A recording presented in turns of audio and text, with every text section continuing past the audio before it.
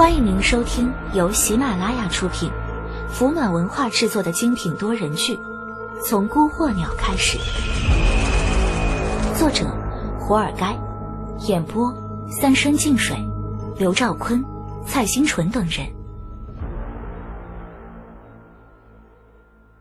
第307回，归来色灵错。李岩神色有些恼火，但也带着几分恍然。原来无之气还可以这样用。实际上，李岩刚才已经做好了最坏的打算。他提前把顺炼丸叼在嘴里，一旦情况不对，就把它咬碎咽进肚子，冲出火海。那可是足足100多公斤的烈性炸药，足以炸毁近100栋3层楼房。说是天灾一样的威力，也毫不为过。即便是李岩，也很难在连锁爆炸的时候及时冲出杀伤范围。李岩能这么轻松地活下来，应该感谢扎小刀。扎小刀有一手绝活，叫做神火天霄。其实说白了，是鲁菜怀抱里加上元宵2招实际的搭配，威力相当不俗。这也给了李岩不小的启发，让他在危机关头做出了同样只有自己才能做到的对无之旗的能力搭配。一朵激扬的水花在李岩面前变幻不定，无数细小的冰渣萦绕旋转，在水中呈出螺旋花纹的形状，煞是好看。高速流动的冰水混合物，水流高速运动，可以抵抗大威力的冲击当量。过去李岩选择用冰墙抵抗子弹，是因为自己无之旗的觉醒度只有 24%， 能让水如臂指挥地包裹自己已经是极限。想在这个过程中让水流内部高速运动，这是现阶段的李岩做不到的。但冰就不同了，九凤强化下的孤惑鸟觉醒度高达 69%。 直白的描述，李岩能带动冰的速度和威力远远在水之上。所以李岩完全可以用冰水混合物达到高速运动的效果。这种应用技巧十分实用，效果惊人。不过虽然无之旗的霍涛中和了巨量炸药爆炸带来的火焰冲击，可温度剧烈变化，原本如臂指挥的霍涛生成了大量的狂躁蒸汽，李岩一时难以控制，不可避免地被烧伤了。当然，这点损伤对李岩来说并不算什么。李岩伸手按了按自己的右肩膀，他的肩膀、后背和小臂上都被烫出了红褐色的水泡，稍一动作就会带来剧痛。对面的超感雅克简直不敢相信自己的眼睛，什么样的怪物能在这样的爆炸当中生存下来？而且这些浓郁的水汽是哪里来的？激斗到现在，对方层出不穷的手段让他以为自己遭遇的也是一个超感雅克战士。没有听说过和水有关的4阶基因能力啊。他正嘀咕着，对面的荒野猎人却开始脱衣服。李岩自顾自地解开纽扣，把风衣连同里面的衬衫都脱了下来，然后从口袋里拿出一支消毒针，挑破水泡，嘴角咬住绷带，一圈一圈裹住烫伤的伤口，毫不顾及对方的眼光。最初的震惊过后，超感雅克也回过神来，他眼神飘忽，被李岩旁若无人的举动气得不轻，裸露的锁骨伴随着呼吸起伏不定。超感雅克一弯腰，捡起几条散落在地上的钢筋，不顾上面发锈的毛刺，2只瘦弱的胳膊发力一拧，4、5条钢筋随之褶皱咬合成一支前端锋利的简易长枪。继而手腕一抖，噬火者的蓝色火焰自超感雅克的手指点燃，一直燃烧到长枪的尽头。看起来他还想再打下去，这正合李岩心意。然而让李岩也没有想到的是，自己还什么都没有做，超感雅克手指上的火焰就扑哧一声整个熄灭掉了。超感雅克愣了一下，牙咬得更死了。他没有想到影雄和厉海峰这么快就被解决掉了。噬火者的基因，整个大魔鬼湖也的确没有第2只活尸拥有。厉海峰一死，这种基因的超感能力也随之哑虎。李岩包扎的七七八八，迈开步子往超感雅克的方向走。看来是我的人先追来，你要是再不搏一搏，可能就没机会了。那也未必。超感雅克斥喝一声，手里几条钢筋拧成的锋利长枪飞掷出去。超感雅克目前展露出来的主要战斗基因，还是来源于狂卓玛的那几名特殊三阶兵种，而大魔鬼狐将狂卓玛歼灭的能力，他可是半点没有施展。长枪迎面扎来，李岩手上劲道暴吐，环龙一扬向前削刺，钢筋长枪陡然乱散。李岩再抬眼，只看到超感雅克光洁的后背。跑得了吗？李岩身形暴起，电光火石一般，已经贴近仓皇逃窜的超感雅克，环龙剑光激荡，从他的身后劈落。蓦地，分明朝前冲刺奔跑的超感雅克，堪堪一握的纤腰瞬间爆发出惊人的柔韧性，他整个人在空中翻身，面向李岩，伸出右手拦向环龙剑刃，精致的五官在那一刻变得无比肃然。那一刻，李岩无端端想起了天空中大团大团浑厚的红锈色辐射云。超感雅克那一刻的眼神和萦绕着废墟的红色辐射云一般无二，那是无比森严又绝望的底色。雪亮的剑刃和白嫩的手指碰在一起，滑腻的血液自剑刃的花纹上溢了出来，可凶狠的势头却也猛地一住。李岩的心脏没来由地抽动一下，他试图抽动剑柄，环龙却纹丝不动。只听见一声脆响，皲裂的花纹从剑刃中间开始蔓延，令人齿酸的迸裂声短促又低沉。环龙顷刻间爆碎成漫天的碎片，刃片划过李岩的脸颊，他的瞳孔当中一只精致的拳头正在不停地放大。李岩把牙齿咬得咯咯作响，脚跟一拧，整个人往旁边就地一滚，情急之下后背扑灭了一堆噼里啪啦作响的火堆。等李岩再站起来的时候，超感雅克已经逃走好长一段距离，他只能隐隐约约地看到超感雅克后背不处涌动的肩胛骨。李岩一低头，自己手中的环龙只剩下了1尺多长的一截儿，上半截的碎片散落的到处都是，平时剑上萦绕着一层淡色风华，此刻也消失得无影无踪，变得暗淡无光。显然这把剑已经被彻底损坏了。李岩下意识捡起几块碎片，但很快意识到这种行为的徒劳。他叹了口气，把碎片扔在地上，任由超感雅克逃走。这名女孩模样的火狮挥动拳头的时候，那股红色辐射云一般的凄绝森严的味道，到现在还在他的脑海中经久不绝。比起超感，那才是4阶战斗基因能力的真面目。惊鸿一瞥，给出了超感雅克刚才使用的基因能力兵种的名字：夏日雅克。懊恼了一小会儿，李岩还是决定把地上的碎片收集起来。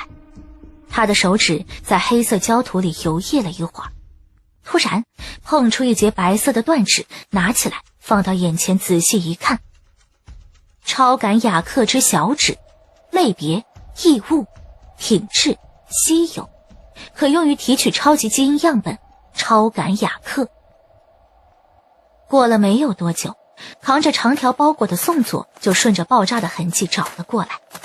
残破火焰堆中间，李岩插着兜，低头在废墟之间摸索着，把环龙一块块暗淡的碎片从黑色土壤当中捡起来，放进口袋。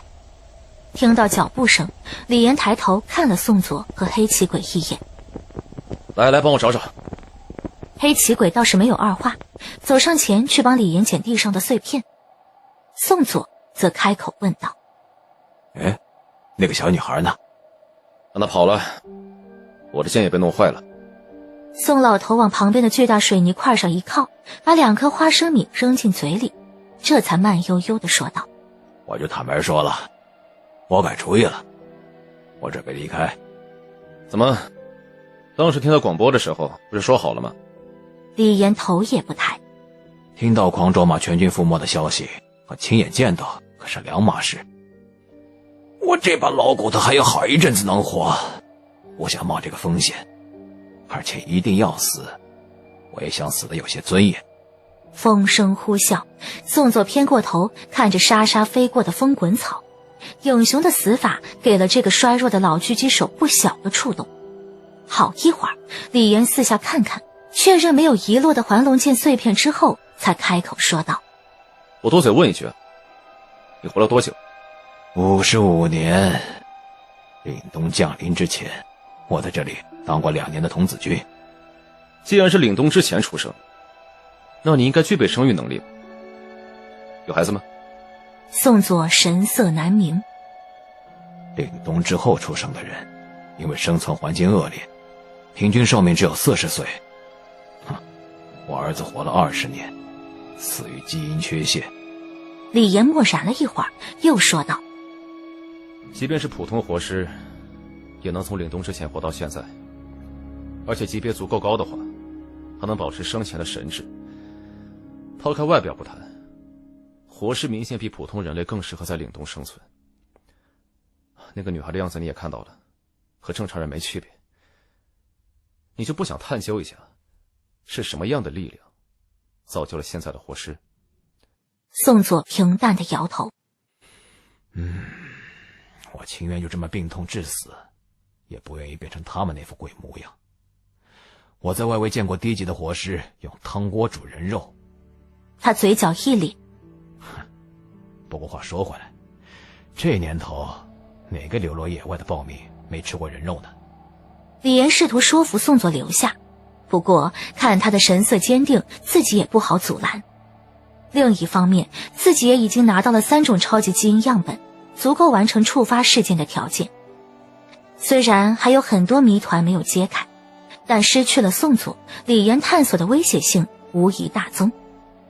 在那个地下基地，李岩亲眼见过的雅克战士培养槽少说也有6、7个。如果每个槽里都培育出了1名4阶的雅克战士的话，那自己能不能全身而退都是个很大的问题。宋作见李岩不说话，便开口道：我说你是云海制药的公子哥，只是个猜测，你的身份我不感兴趣。不过看在并肩作战的份上，我奉劝你一句，趁早离开 B 区，这里一定会出大乱子的。因为黑心战车绝对不会善罢甘休。宋作缓缓点头。我从凛冬之前活到现在，也许这2年3大强权对各个生存区的手段怀柔了很多，可我比任何人都清楚他们的强大以及野蛮。他们不但会拿药师佛开刀，他们的枪口会对准整个 B 区。好，听人劝，吃饱饭。李岩点头。我们离开这。对于无尽的雅克，李岩依旧心怀觊觎。可人心不足蛇吞象，他明白自己不可能拿走所有好处，也不可能弄明白所有问题。希尔盖是谁？4季雅克的能力奥秘，亦或是大本钟研究院在这个世界里扮演的角色？超感雅克对水珠公园的莫名敌意？再追究下去，得不偿失。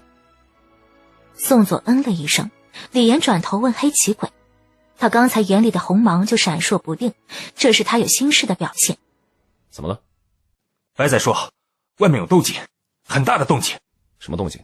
黑旗鬼茫然地摇头。李岩正要说什么，接连不断的破空声打断了几人的交谈。宋作抬头，到了嘴边的花生米也忘了吃。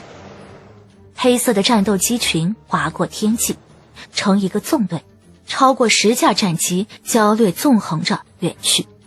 他们飞得极高，视线里全是稀薄的云气。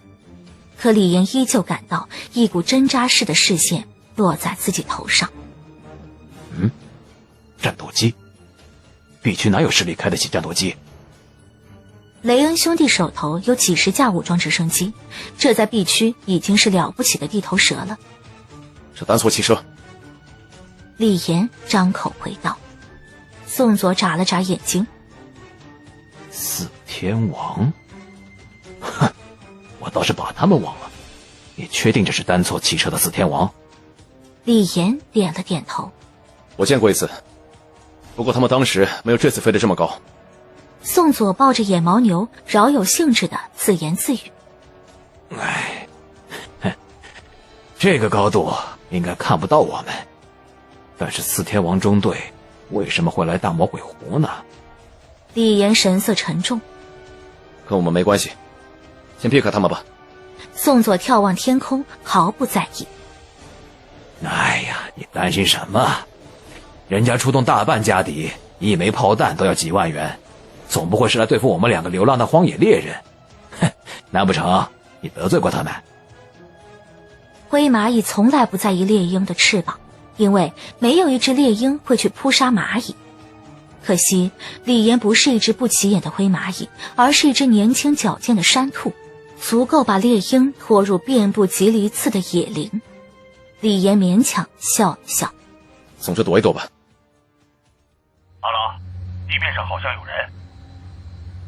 频道里传来浑厚的声音，男人回答：“随他们去，别节外生枝。”他戴着5-9式飞行帽，淡黄色的作战服，像是动画片《红猪》的主人公波鲁克·罗梭。他眉长目秀，鼻梁高挺，有明显的混血特征，2只温顺的眼睛掠过不断后退的辐射云，然后深深吸了一口气：“我回来了，瑟林措。”